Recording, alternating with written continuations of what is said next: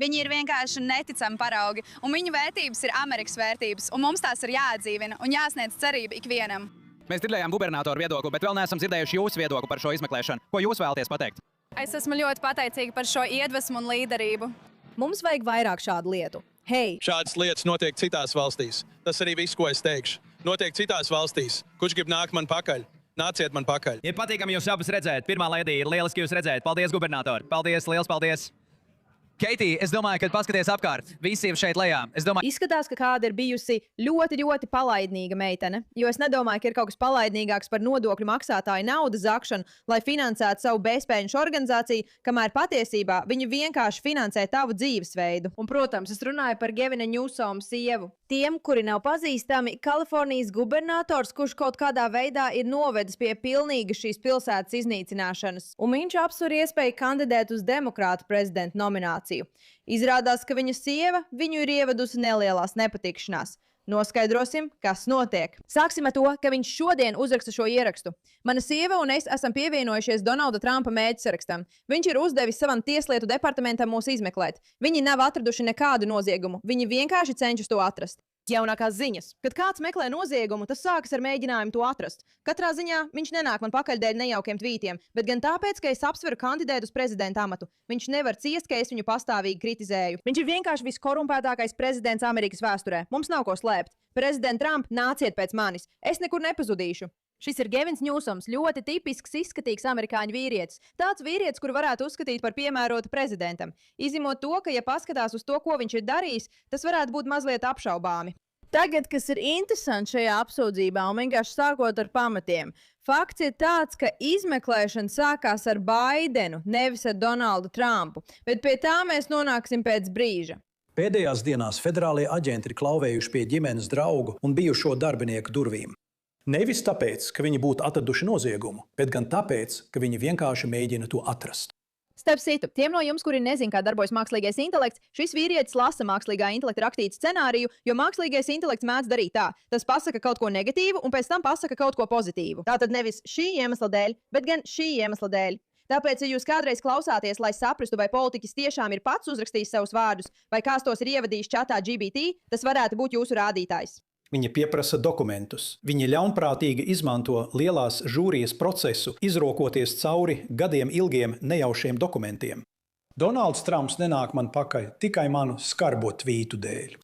Viņš vēršas pret mani, jo es apsveru iespēju kandidēt uz prezidenta amatu. Varbūt patiesībā viņš vēršas pret jums, jo matemātika šeit neiet kopā, mani draugi. Šajā stāstā matemātika nesakrīt. Un, jūs paši izlemiet, ko par to domāt. Tātad izreikiniet šo matemātiku kopā ar mani attiecībā uz Gevina Ņūsoma ienākumiem. 1,4 miljoni gada ienākumi, 450 000 federālajos un štata nodokļos, 200 000 samaksāti mājsaimniecības darbiniekiem, 150 000 privātskolas mācību maksā, 200 000 nabadzības nodoklī, vismaz 20 000 komunālajos maksājumos. Labi, mēs jau esam pie 1 miljons. Tagad pieskaitiet 120 gadus hipotekāro maksājumu par Sakramento māju un 106 000, $506,000 gadā hipotekāro maksājumu par jauno māju, kuru viņa sievas tēviem vajadzēja garantēt. Un tas vēl neietver pārtiku, apģērbu, izklaidi, sportu 4 bērniem.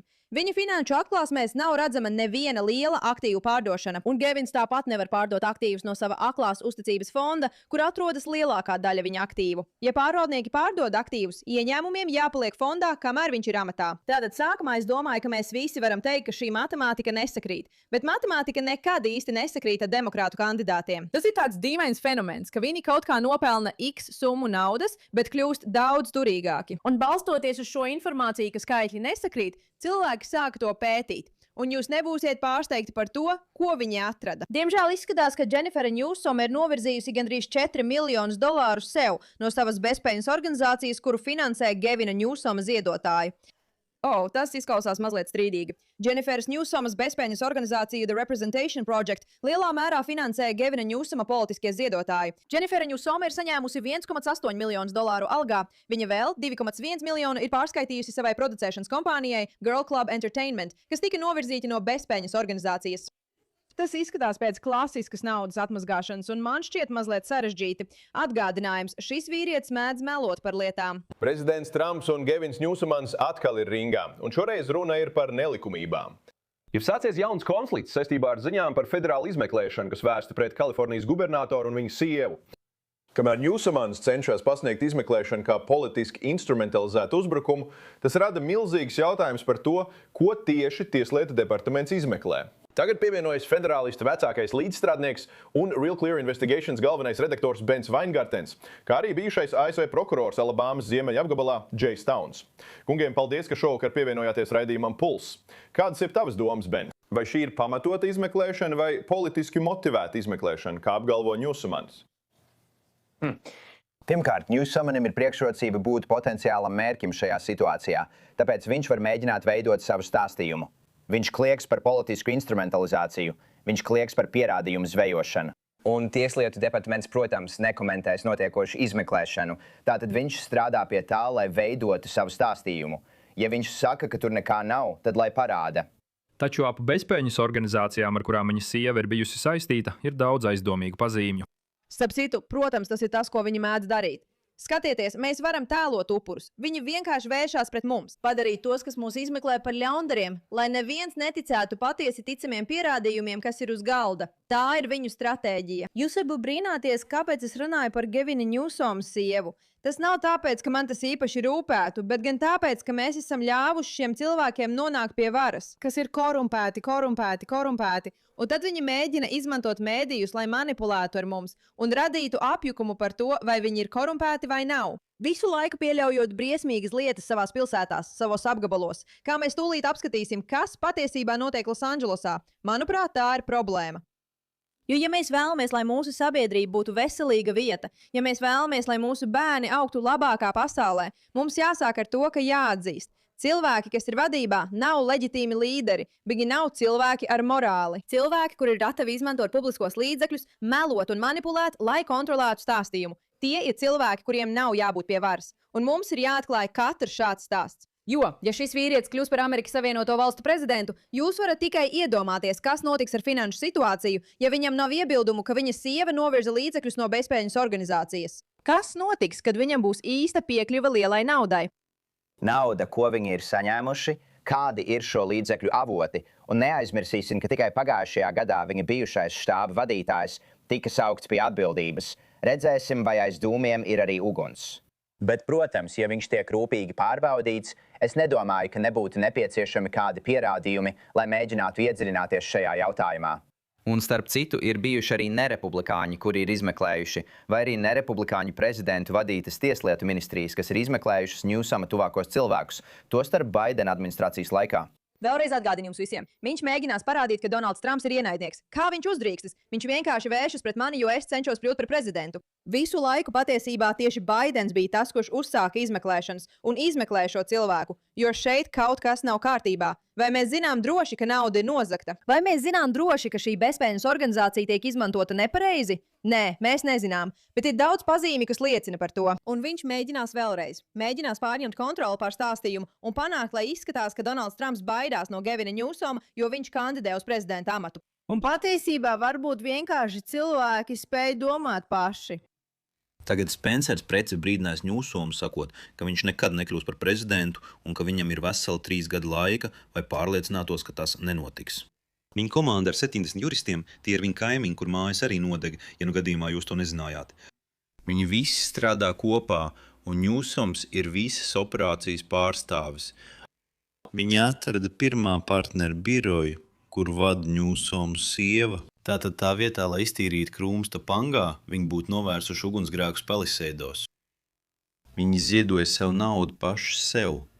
Vairāk nekā $5 miljoni ir ziedoti pirmā partneru birojam. Šī ir problēma, jo ja viena no lielākajām traģēdijām Gevina Newsoma laikā notika, Paliseidu ugunsgrēki, ja tas bija viens no lielākajiem notikumiem. Jo viņa sievas bezpēļņas organizācijai vajadzēja izmantot šo naudu, lai nodrošinātu drošību, bet tā vietā viņi to paņēma sev. Tas ir neliela problēma. Un jūs varat tikai iedomāties, ka viņi darītu visu iespējamo, lai to pēc iespējas vairāk slēptu. Atkal, tā ir viņa sieva un viņš pats. Viņi ir zaguši no Kalifornijas. Tas ir tikai sākums. Tāpēc es domāju, ka pēkšņi Haris parādās no nekurienes un saka, ka viņa nebūs gubernatori. Viņa patiesībā kandidēs uz prezidenta amatu, jo šī visa beigās Newsomam varētu būt cauri. Ja viņiem izdosies iegūt visu informāciju par Newsomu, viņš varētu būt beidzis. Man patīk, ka viņš viņam pateica, Čali, es parūpēšos, lai tu nekad nekļūtu par prezidentu, jo tā ir visa tā jurista komanda, kas saka, mēs parūpēsimies, lai viņš nekad nekļūtu par prezidentu. Skaties, es īpaši nevēlos, lai šis cilvēks kļūtu par prezidentu, bet pierādījumi pret viņu aizmirsti par prezidentu. Tie ir nosodoši jau kā pret cilvēku, kurš vadīja Kaliforniju. Mēs teicām, ka īsi paskatīsimies, kas notiek Losandželosā. Es domāju, te neliels atgādinājums. Tas ir no Angelas Rouzes. LA Nats pasaulē ieņem 5. vietu pēc bagātības. Tomēr tikai dažu minūšu brauciena attālumā no pasaules skaistākajiem debesskrāpiem atrodas visbēdīgākās, netīrākās un barbariskākās vietas, kādas vien var iedomāties. Ko Gevins Ņūsoms un Karena Besē ir izdarījuši? Ir finansējuši mūsu cilvēku pazemošanu visaugstākajā pakāpē. Tiek tērēti miljardi dolāru, lai 70,000 cilvēku turētu apburtajā lokā, sniedzot viņiem bezmaksas adatas, bezmaksas ēdienu, naudu narkotikām, bezmaksas mājokli, visu, lai viņi varētu turpināt iet pa negatīvu spirāli ar maksimālu pazemojumu. LA pakalpojumu uzskaitas iestāde pēdējo 5 gadu laikā ir saņēmusi gandrīz $1 miljards no nodokļu maksātāja naudas. Un šādi izskatās ielas. Tur kāds cilvēks iet pilnīgi kails pa vidu. Paskatieties uz to. Tātad viņš veic satiksmes apstādināšanu. Tur ir autobuss, paskatieties uz to. Un tagad viņš rāda nepieklājīgus žestus autobusam un visām garām braucošajām mašīnām. Tas vispār nav patīkams skats. Tas ir tiešām skumji. Tas ir skumji. Un tas arī nav tas, ko iedomājies par Losandželosu. Kad domā par Losandželosu, tu iedomājies skaistus pārus, bagātību, Holivudu un slavenības. Tur ir cilvēks, kas iet. Bet tur aizkulsēs notiek vēl kaut kas cits, un cilvēki par to nerunā tik daudz, cik vajadzētu. Un Losandželosas iedzīvotāji to zina. Paskatīsimies, ko viņi saka. Gevins Ņūsoms tikko atzina savu vainu, jo es nesaprotu, kā nevainīgs cilvēks varētu ko tādu ievietot internetā. Tātad Gevins Ņūsoms tagad raud, jo Donalds Trumps uzsāk izmeklēšanu pret viņu un viņa sievu. Mana problēma ar šo ierakstu ir tāda, ka viņš turpina teikt, ka nav izdarījis neko sliktu. Nu, ja tā ir taisnība, tad tu būtu priecīgs par izmeklēšanu. Pirmkārt, otrkārt, tu svinēji, kad ieročota tieslietu ministrija gadiem ilgi vajāja Donaldu Trumpu, bet tagad tev ir problēmas ar likumīgām izmeklēšanām pret tevi. Es domāju, ka neviens nav augstāks par likumu. Un pats labākais visā šajā ir tas, ka Gevins Ņūsoms saka, ka Trumpa iemesls ir tas, ka viņš plāno kandidēt uz prezidenta amatu. Redzi, tā ir narratīva kardarbība. Viņi mēģina kontrolēt. Paskatīsimies uz šo noziedzīgo ģimeni. Tātad šeit ir Dženifera Ņūsoma un Gevins Ņūsoms. Viņam ir Kalifornijas skola valsts finansējums, un tas ir saistīts ar šo bezpēļņas organizāciju, kas sūta naudu šim meiteņu kluba izklaides uzņēmumam, kas iegūst vairāk nekā $1 miljonu, kas pēc tam nonāk pie dibinātājas un īpašnieciskā peļņa. Turklāt ir arī Representation Project finansējums Dženiferai Ņūsomai, vairāk nekā $1,5 miljardu apmērā, un tā tālāk un tā tālāk. Tas viss ir savstarpēji saistīts. Un, kad jūs sākat to patiešām izpētīt, jūs redzat, cik ātri Dievanams varētu sabrukt. Gevins Ņūsoms sēž šeit, lasa šo nelielo lekciju un saka: Turies prom no manas sievas. Nerunā par manu sievu. Es būšu priekšgalā, aizsargājot sievietes. Kā tu uzdrīksties vajāt manu sievu? Gevins Ņūsoms uzbruka manai sievai, kad es devos uz Kaliforniju atklāt masveida bezpajumtnieku krāpšanu, ko izmantoja vēlēšanu rezultātu viltošanai. Un viņi to tiešām izdarīja. Gevins Ņūsoms instinktīvi un nekavējoties uzbruka manai ģimenei ar nepamatotiem meliem. Kā tieši atbild uz manu atklāto krāpšanu viņa štatā. Viņam vajadzēja man pateikties, pat sadarboties ar mani, un es to būtu atziņīgi novērtējis. Bet Gevins Ņūsoms izmanto iespēju, lai uzbruktu manai sievai un ģimenei. Kāds Kalifornijas vīrietis tikko federālajā tiesā atzina savu vainu mēģinājumā nogalināt manu sievu un ģimeni. Tas neizskatās labi. Un šeit mums ir vēl vairāk cilvēku, kas atklāja, kas patiesībā notiek. Viņiem vajadzētu būt ļoti, ļoti noraizējušiem, jo, manuprāt, viņi krāpjas vairākos veidos. Nodarbojas ar krāpšanu, nodokļu krāpšanu un neuzrāda ienākumus. Jo nav iespējams, ka dzīvesveids, kāda viņi piekopi, tiek finansēts no ienākumiem, ko viņi uzrāda. Tātad vai nu viņi saņem vairāk ienākumu, ko neuzrāda, vai arī viņi saņem dāvanas, kuras neuzrāda. Kaut kas ļoti aizdomīgs notiek. Un tas ir tikai tad, kad skatās uz viņa nekustamo īpašumu. Redzi, man šķiet tik traki, ka kāds varētu būt tik egocentrisks, ka domā, ka kandidēs uz prezidenta amatu un pasaule nemēģinās izpētīt visu, ko viņš dara. Manuprāt, ja tu vēlies iesaistīties politikā, tev tiešām jāpārliecinās, ka nav nekādu skandālu, ko par tevi varētu atklāt, ka tavi nodokļi ir pilnīgi tīri. Bet iedomāties, ka esi tik pašpārliecināts, ka tici, ka vari zakt naudu šādā līmenī, kad esi tik slavens, un tad ieņemt vispazīstamāko amatu un tavi nodokļi nesakrīt ar tavām izmaksām, kas ir ļoti, ļoti vienkārši matemātikas jautājums. Cik daudz naudas tu esi uzrādījis kā ienākumus? Vai tas atbilst summai, ko tu tērē? Tas nav sarežģīti pārbaudāms. Iedomāties, ka tu vari ticēt, ka vari ar to tikt cauri, ka vari apsūdzēt citus par kaitējumu nodarīšanu savai sievai vai viņas aizskaršanu pēc tam, kad pats esi aizskāris citu cilvēku sievas. Iedomāties, ka šāda veida kampaņu tu vari vadīt un ar to tikt cauri, un cilvēki to nepamanīs, tas ir diezgan šokējoši. Un tieši tāds egocentrisks manieks ir tas, kuru tu patiešām nevēlies redzēt pie varas. Paldies par uzmanību šim jautājumam!